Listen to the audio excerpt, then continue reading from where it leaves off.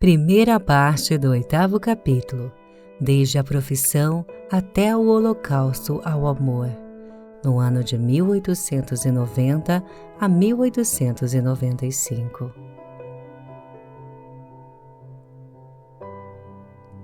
Antes de falar-vos desta aprovação, minha querida mãe, deveria falar-vos do retiro espiritual que precedeu minha profissão. Esteve longe de me trazer consolações. Minha partilha foi a mais absoluta aridez e um quase abandono. Como sempre, Jesus estava a dormir no meu barquinho. Oh, bem percebo ser raro que as almas o deixem nelas tranquilamente. Tão cansado estava Jesus de sempre se oferecer e sacrificar, que de pronto aproveita a repousar, seu feito repouso por mim oferecido. Certamente não despertará antes do meu grande retiro da eternidade. Mas em vez de me contristar, isso me dá uma alegria extrema.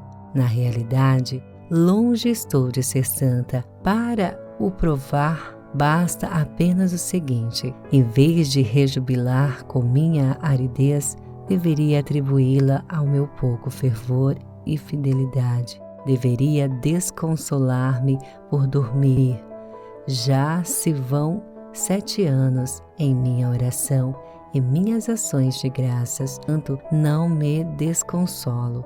Penso em que as criancinhas agradam aos pais, tanto adormecidas como acordadas. Penso em que os médicos adormecem os doentes quando vão operá-los. Por fim, penso em que o Senhor vê nossa fragilidade e lembra-se de que não somos senão poeira. Meu retiro de profissão foi, pois como todos os que se seguiram, um retiro de grande aridez.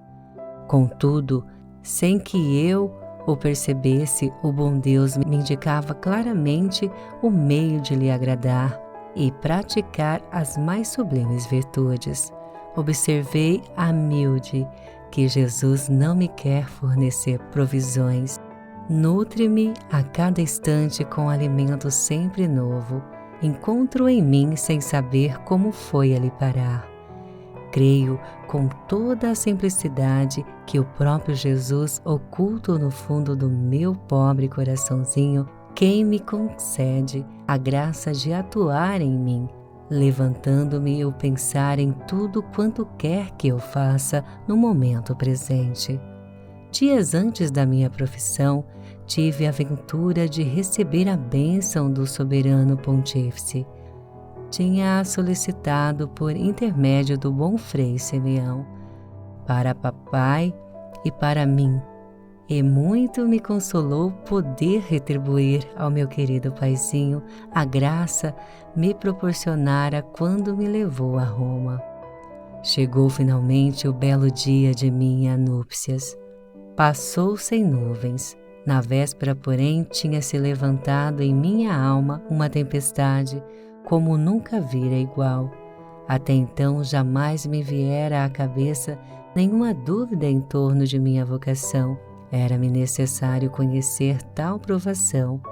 À noite, quando fazia minha via sacra, depois de matinas, minha vocação afigurou-me um sonho, uma quimera. Achava muito linda a vida do Carmelo, mas o demônio insuflava-me a certeza de que não era feita para mim, que iludiria as superioras caso prosseguisse num caminho para qual não era chamada. Tão grande eram as minhas trevas que não via nem compreendia senão uma coisa: não tinha vocação.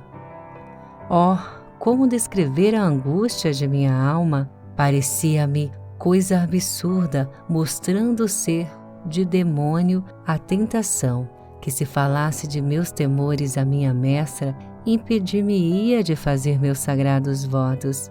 Contudo, quereria antes fazer a vontade de Deus e retornar ao século do que fazendo a minha permanecer no Carmelo. Chamei, pois, minha mestra para fora e, cheia de confusão, Lhe expus o estado de minha alma. Ela felizmente viu mais claro do que eu e tranquilizou-me por completo. Aliás, o ato de humildade que eu acabava de praticar afugentara o demônio que talvez me não julgasse com ânimo de confessar minha tentação. Tão logo acabei de falar, dissiparam-se minhas dúvidas. Todavia, para tornar mais completo o meu ato de humildade, quis ainda comunicar minha estranha tentação à nossa madre, mas ela contentou-se em rir-se de mim. Na manhã de 8 de setembro, senti-me inundada por um caudal de paz. E foi numa paz a ultrapassar todo o sentimento que proferi meus sagrados votos. Minha união com Jesus não se afetou entre trovões e relâmpagos, isto é, entre graças extraordinárias, mas no meio de uma ligeira brisa, semelhante à que o nosso pai Santo Elias ouviu na montanha. Quantas graças não pedi naquele dia! Senti-me realmente como rainha. Por essa razão, valia-me do meu título para libertar os cativos, impetrar do rei favores para os ingratos áudios. Queria, afinal, libertar todas as almas do purgatório e converter os pecadores. Rezei muito por minha mãe, por minhas queridas irmãs, por toda a família, sobretudo pelo meu paizinho, tão sofrido e tão santo. Ofereci-me a Jesus para que torne perfeita a sua vontade em mim, sem que jamais as criaturas ponham um obstáculo. Passou o belo dia, à semelhança dos mais tristes, pois que aos mais radiosos sobrevém uma manhã. Não obstante, foi sem tristeza que depus minha grinalda aos pés da Santíssima Virgem. Sentia que o tempo não me arrebataria a felicidade. Como é bela a festa da Natividade de Maria para a gente se tornar esposa de Jesus. Era a Santíssima Virgem, pequenina de um dia, que apresentava sua florzinha ao menino Jesus. Nesse dia, tudo era pequeno, exceto as graças e a paz que recebi, exceto a tranquila alegria que senti à noite, quando contemplava as estrelas que fugiam no firmamento, enquanto imaginava que em breve o formoso céu se abriria aos meus olhos extasiados e poderia unir-me ao meu esposo na amplidão de uma alegria eterna. No dia 24, houve a cerimônia de minha tomada de véu. Foi um dia todo velado de lágrimas. Papai não estava presente para abençoar sua rainha. O padre estava no Canadá. O senhor bispo, que devia vir e jantar em casa de titio, encontrava-se doente e não veio também. Afinal, tudo foi tristeza e amargura.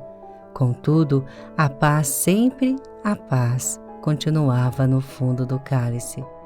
Nesse dia, Jesus permitia que não pudesse conter minhas lágrimas, e minhas lágrimas não foram compreendidas. Com efeito, tinha suportado sem chorar provações muito maiores, mas ajudada então por uma poderosa graça. No dia 24, pelo contrário, Jesus deixou-me à mercê de minhas próprias forças e demonstrei quanto era reduzidas. 8 dias depois de minha tomada de véu, realizou-se o casamento de Joana.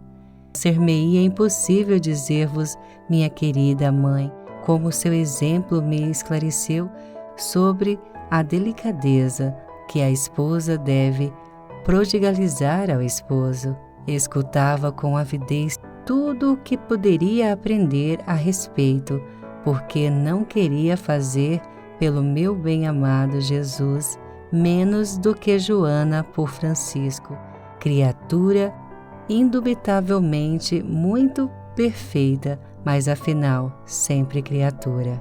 Por brincadeira cheguei até a redigir um convite para igualar com o dela. Eis em que termo estava redigido. Convite para o casamento da Irmã Teresa do Menino Jesus e da Sagrada Face.